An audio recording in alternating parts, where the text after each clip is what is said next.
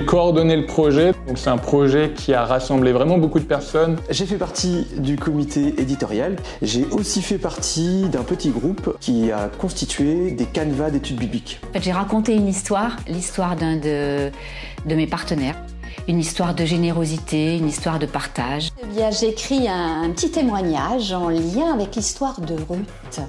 J'ai contribué à ce livret par la rédaction d'une méditation qui porte sur l'apport du livre des Proverbes par rapport à la pauvreté. La contribution qui m'a été demandée, c'est une méditation sur un texte du Deutéronome. Je fais partie des 4 personnes qui ont préparé tout le questionnement à partir des textes bibliques en vue de faire participer un groupe. Que la plupart des dénominations évangéliques françaises soient partantes pour travailler sur un même projet. C'est de travailler avec des personnes différentes. C'était super riche.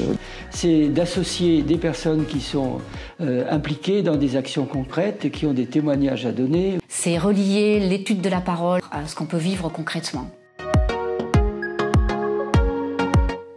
J'encouragerais les églises à se poser la question, est-ce que si on regarde ce que nous avons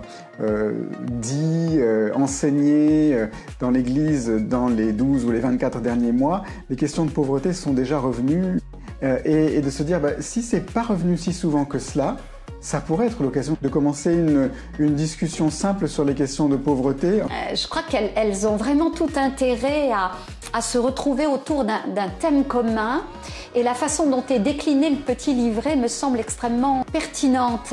Étudier 10 passages bibliques qui parlent de l'amour du prochain, écouter 10 témoignages, ça peut vraiment permettre de rendre pratique l'injonction d'aimer son prochain. C'est pertinent qu'une église vraiment se mobilise sur la question de la pauvreté. Ce que j'aime bien dans ce livre, c'est que justement ça allie quelque chose de très sérieux avec notre quotidien. C'est simple, c'est pédagogique.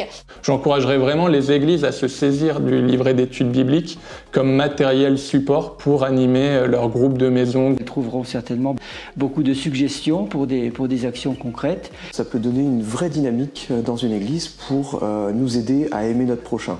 Le but, c'est d'encourager et de donner des idées.